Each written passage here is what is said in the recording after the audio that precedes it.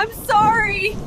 I didn't mean for it to happen. I'm sorry. Save your tears. They're 6 months late. The text message that destroyed my marriage came on a Tuesday at 2:47 p.m. while I was installing smart thermostats in Mrs. Henderson's guest bedroom. Alicia's tablet pinged on the kitchen counter, and I glanced over out of habit. The preview showed enough to make my stomach drop like a hammer through drywall. Can't wait to feel you inside me again while that pathetic husband of yours is crawling around in someone else's attic. I stood there holding a Phillips head screwdriver, staring at those words until they burned into my retinas. The sender was Dylan Maddox, the real estate agent who'd hired me 6 months ago to install a home automation system in his condo. The same Dylan who'd shaken my hand, complimented my work, and apparently been screwing my wife the entire time. My name is Dean Carter, and I fix things for a living. Broken pipes, faulty wiring, cracked foundations. You name it, I can repair it. But standing in that kitchen, watching more messages pop up on Alicia's screen, I realized some things can't be fixed. They can only be demolished. The messages kept coming. Graphic details about what they'd done in our bed. Jokes about how I was too busy with my tools to notice what was happening under my own roof. The worst part?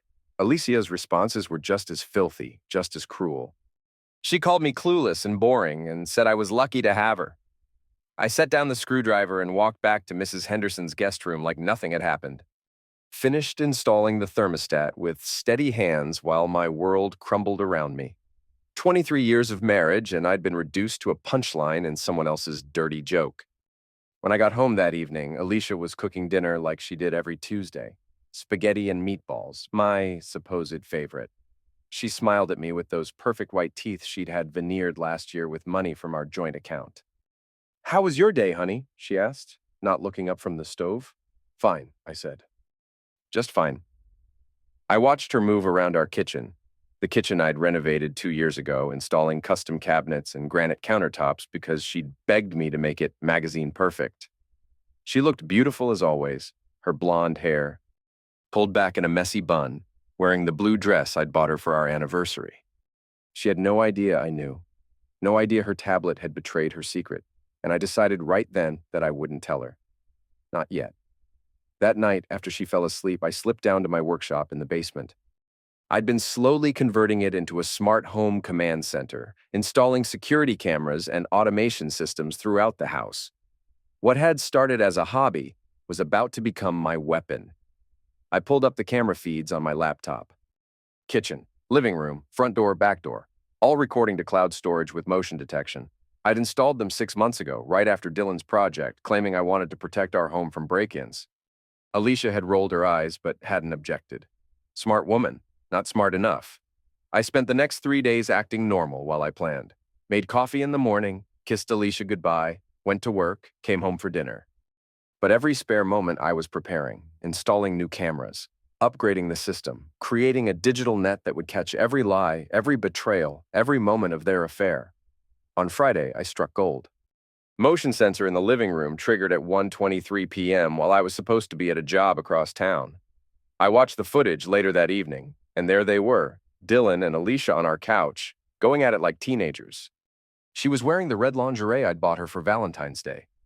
I sat in my basement workshop, watching my wife cheat on me in high definition, and I felt something cold settle in my chest.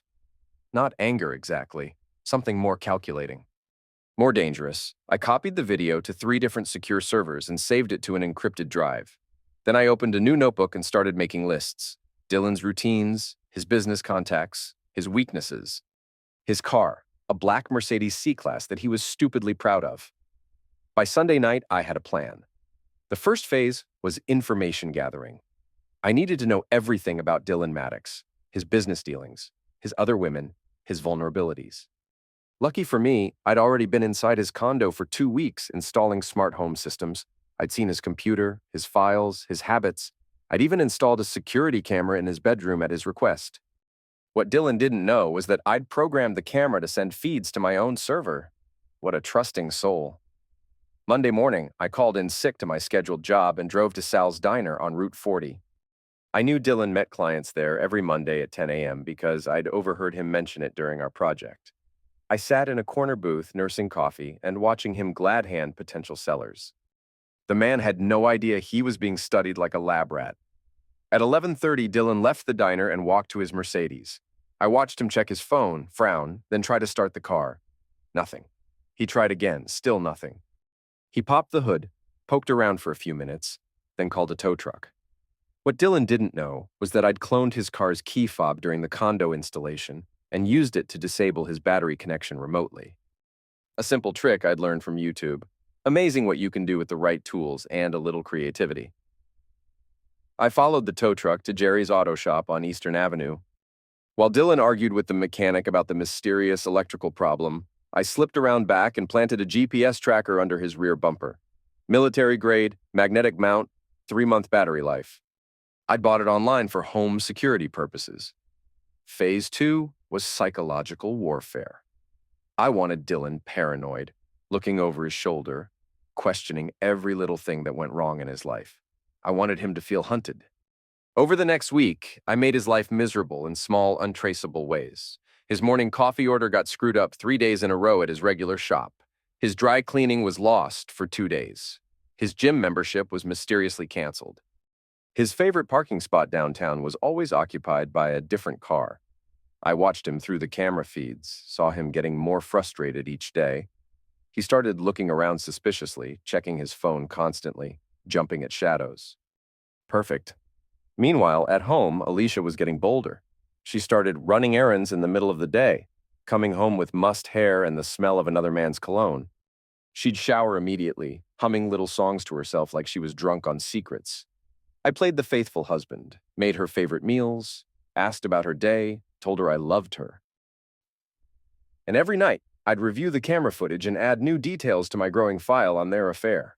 They were meeting at a cheap motel on Route 1 every Tuesday and Thursday. They'd been together in our house at least a dozen times. Dylan had been in our bedroom, used our shower, eaten food from our refrigerator. The audacity was breathtaking. But what really got me was the audio I captured from our living room. Alicia, laughing with Dylan about how Dean would never figure it out because he's too wrapped up in his little projects. Dylan joking about how I was practically doing the work for them by installing security systems everywhere. "He's so trusting," Alicia had said, her voice dripping with contempt. "Sometimes I think he's actually proud of how naive he is." That night, I sat in my workshop until 3 a.m., adding new elements to my plan. They thought I was stupid. They were about to learn just how smart a simple contractor could be. I started with Dylan's business. Real estate agents depend on reputation, and Dylan's reputation was about to take a serious hit. I'd been watching his computer through the backdoor access I'd installed during the security system setup. The man was sloppy with his files, keeping everything in easily accessible folders. I found what I was looking for on a Wednesday morning: Photoshopped listing photos. Dylan had been digitally altering images to hide property damage, making apartments look bigger than they were, even adding fake amenities to some listings. It was fraud, plain and simple. I documented everything, took screenshots, saved files to multiple drives. Then I anonymously sent copies to the Maryland Real Estate Commission, the Better Business Bureau, and 3 local news stations. I used a VPN and an encrypted email account I'd set up specifically for this purpose. Within 48 hours, Dylan's phone was ringing nonstop. Angry clients, investigators, reporters. His business license was suspended pending investigation. His brokerage firm fired him to avoid association with the scandal. His name was mud in Baltimore real estate circles. I watched him through the security camera in his condo. Saw him pacing around his living room like a caged animal, making desperate phone calls to lawyers and PR firms. He had no idea where the leak had come from. In his mind, it was just bad luck, poor timing, a competitor trying to destroy him. If only he knew the truth. But I wasn't done, not even close. While Dylan's professional life was imploding, I turned my attention to his personal life. The man was a serial cheater, juggling multiple women besides my wife. I'd seen the evidence in his computer files, photos, messages, contact lists. He had a system, a rotation of married women who thought they were special. I decided to introduce them to each other. I created fake social media profiles for each woman and started a private group chat, sending them all the same message. "I think we need to talk about Dylan Maddox." Then I sat back and watched the fireworks. The group chat exploded within hours. Screenshots of messages, photos of gifts, stories of lies and broken promises. These women were furious and they were organizing. By the end of the week, they'd formed their own little revenge club, sharing information and coordinating attacks on Dylan's reputation. One of them, a divorce lawyer named Sandra, posted Dylan's photo on a Baltimore Cheaters Facebook group with a detailed description of his tactics. Another, a marketing executive named Kelly, used her professional connections to spread word about Dylan's character issues throughout the business community. But the real masterstroke came from Jessica, a nurse at Johns Hopkins who'd been seeing Dylan for 8 months. She had keys to his condo, and she used them to redecorate his bedroom with printouts of all his text messages to other women. She hung them like wallpaper, covering every surface with evidence of his betrayals. I watched through the security camera as Dylan came home to find his bedroom transformed into a shrine to his own dishonesty. He stood in the doorway for a full minute, just staring at the walls, reading his own words back to himself. Then he collapsed onto his bed and started crying. I felt a moment of satisfaction, but it was cold and hollow. This wasn't about Dylan anymore. It was about Alicia, about the 23 years she'd thrown away for a few afternoons of cheap thrills. Time for phase 3. I needed to confront them, but on my terms, in my way. I wanted them to understand exactly what they'd lost, and exactly what I was capable of when pushed too far. I started by renting a storage unit across town and moving half our belongings there. Important documents, family photos, my tools, anything that had real value. I did it slowly over the course of 2 weeks, taking only things Alicia wouldn't immediately notice. Next, I hired a lawyer. Not for divorce proceedings, not yet, but to protect my assets and understand my options. I presented the evidence I'd gathered, the videos and photos and messages, and asked him to prepare a comprehensive settlement proposal that would leave Alicia with as little as legally possible. "This is pretty freaking stuff," he said, scrolling through the files on his laptop. "She won't have much leverage in court." "Good," I replied. I want her to understand consequences.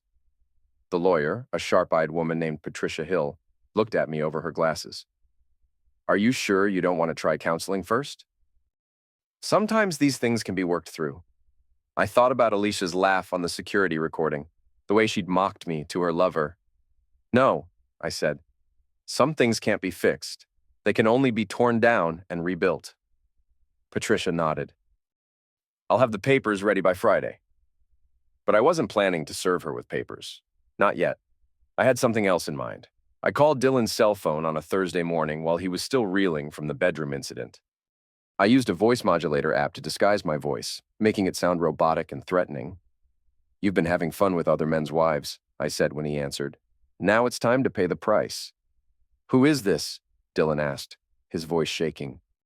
"Someone who knows everything about you. Your business, your women, your dirty little secrets. I want you to meet me tonight at the Marriott on Key Highway, room 415. Come alone, or I'll send your entire client list a very interesting video." I hung up before he could respond. That afternoon, I called Alicia at her part-time job at the art gallery downtown. She'd been distracted lately, probably worried about Dylan's recent troubles, but she was still maintaining the facade of our marriage. "Hey, honey," I said, using the warm tone I'd perfected over the past month. "I want to surprise you tonight. I got us a room at the Marriott, like we used to do when we were dating." "Oh," she said, sounding flustered. "Tonight? I was going to, I have some errands to run." "Cancel them," I said firmly. When was the last time we had a real date night? Just the two of us? She paused and I could hear her brain working, trying to figure out how to contact Dylan and warn him. "Okay," she said finally. "What time?" "Meet me there at 8, room 415. "I'll be waiting." I spent the rest of the day preparing. I rented the hotel room using a fake name and cash, then spent hours setting up equipment, hidden cameras, audio recorders, even a small speaker system connected to my phone. I wanted to capture everything that was about to happen. At 7:30, I positioned myself in the hotel lobby where I could watch the elevators.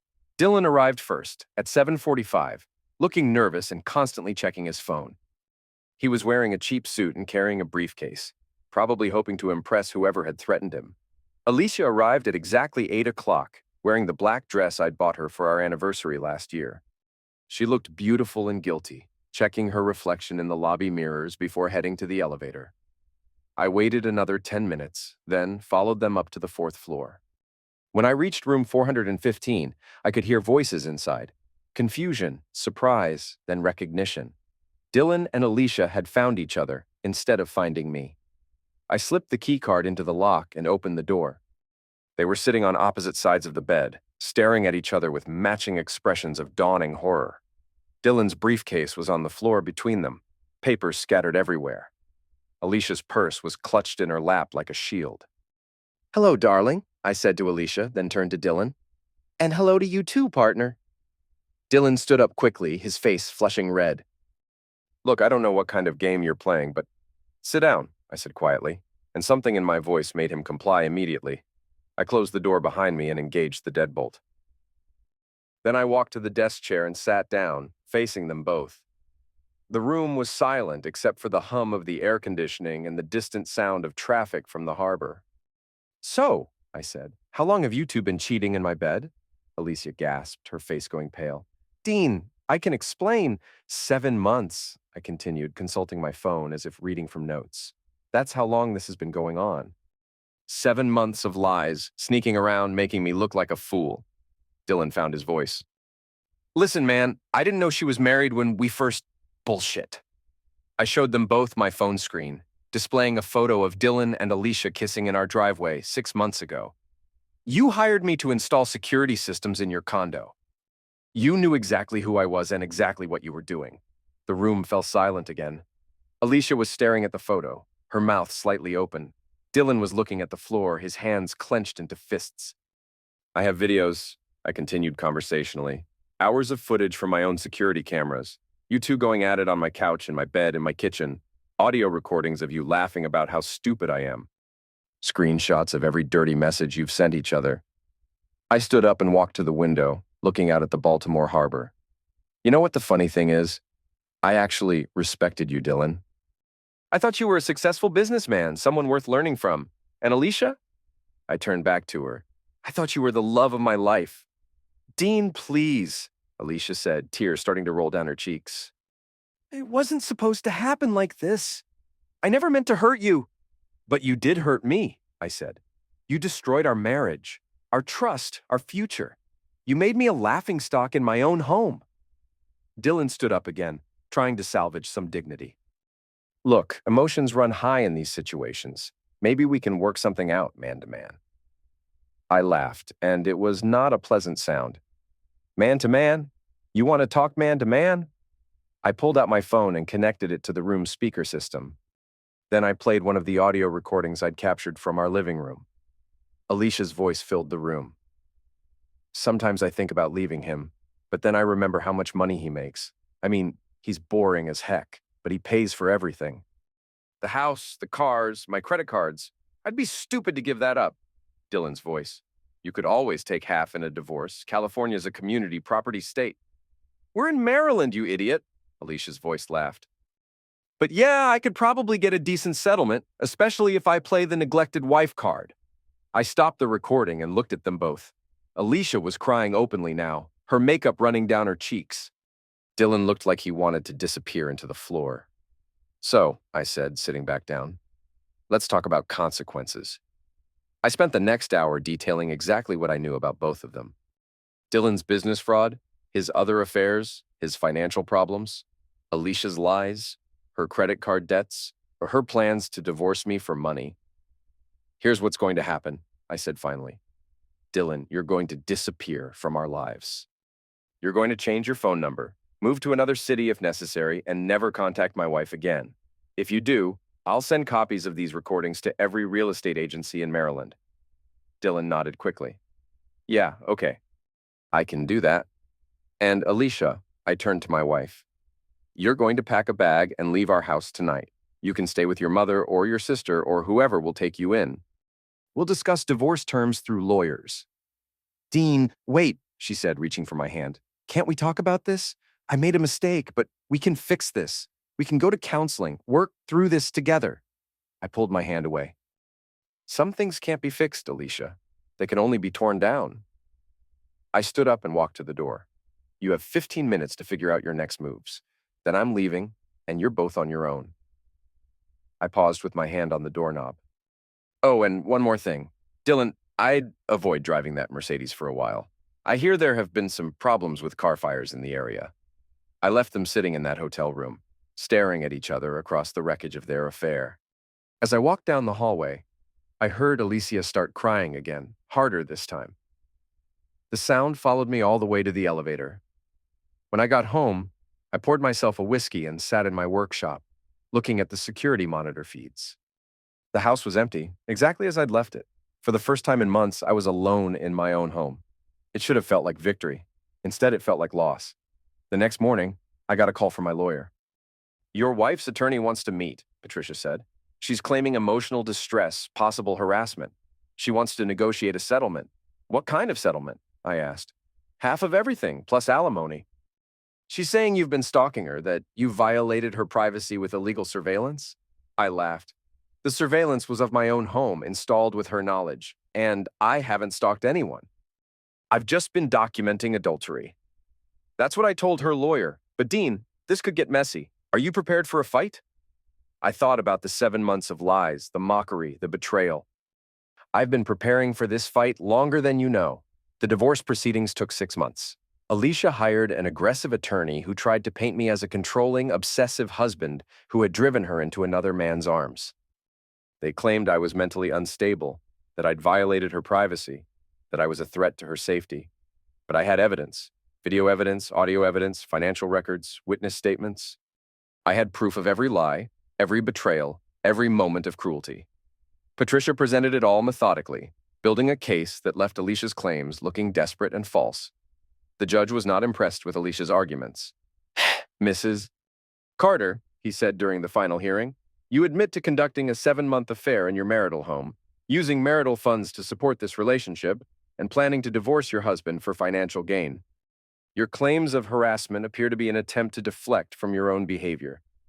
In the end, Alicia got the minimum required by Maryland law: a small settlement, no alimony, and a restraining order that prevented her from contacting me directly. She lost the house, the cars, most of our savings.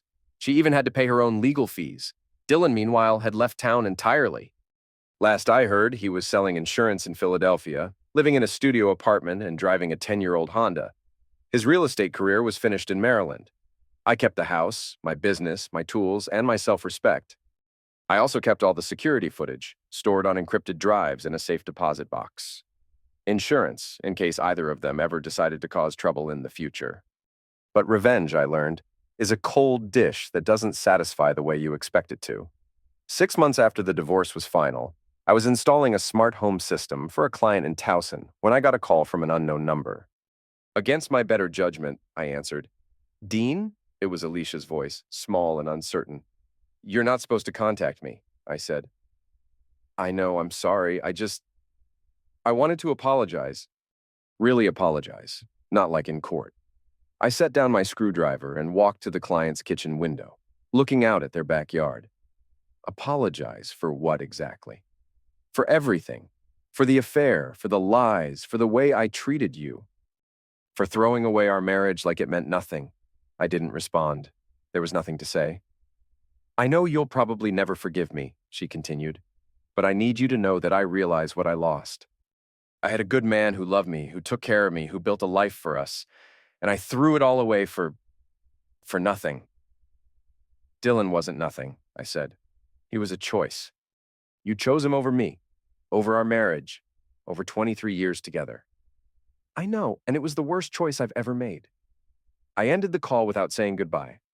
That night, I sat in my workshop, now converted back to its original purpose, and thought about choices. Alicia had made hers. Dylan had made his. And I had made mine. I'd chosen to fight back, to expose the truth, to tear down the lies and rebuild something honest from the wreckage. I'd chosen justice over reconciliation, consequences over forgiveness. Some people might call it cold. Some might call it cruel.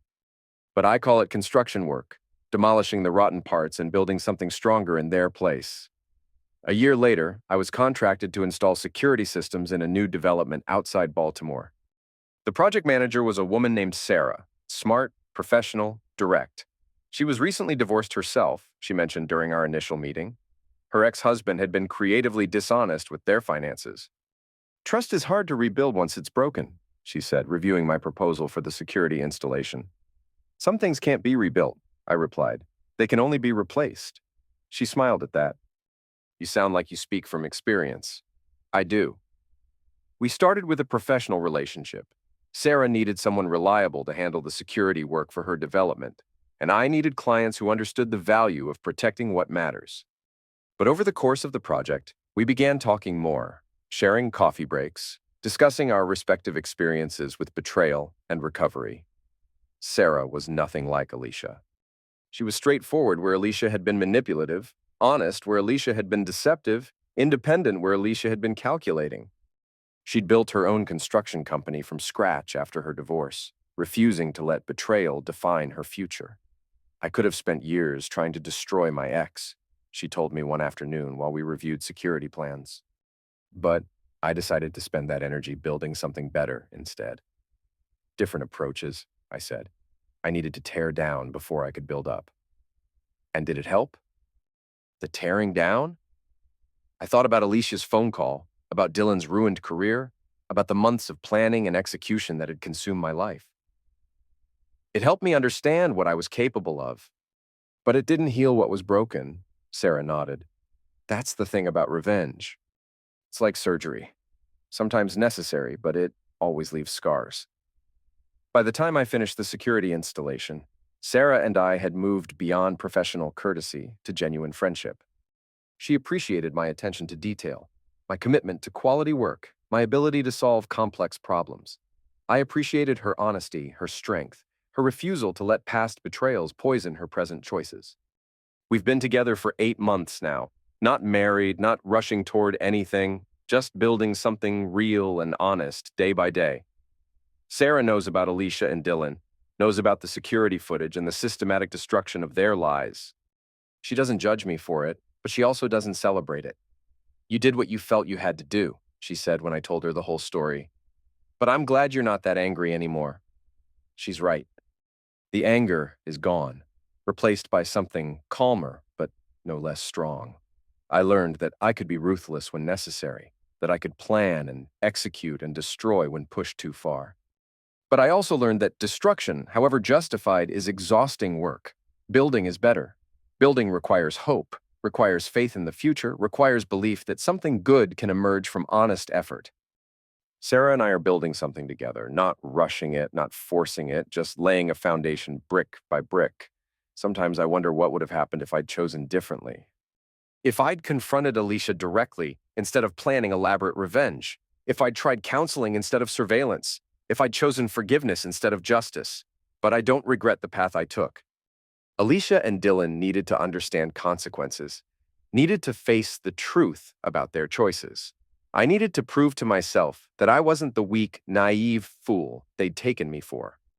The security systems I installed in that hotel room are still there, still recording, still protecting future guests from their own secrets. The GPS tracker I put on Dylan's Mercedes was probably discovered and removed years ago. The encrypted drives with evidence of their affair are locked away in my safe deposit box. Insurance against a past that no longer threatens my future. I still work as a contractor, still install security systems, still fix things that are broken. But now I also know when something is beyond repair, when the only honest response is to tear it down and start over. Last week, I got a call from a potential client whose wife had been cheating with his business partner. He'd seen my work at Sarah's development and wanted to discuss security options for his home. I need to know what's really going on, he said during our meeting. I need proof.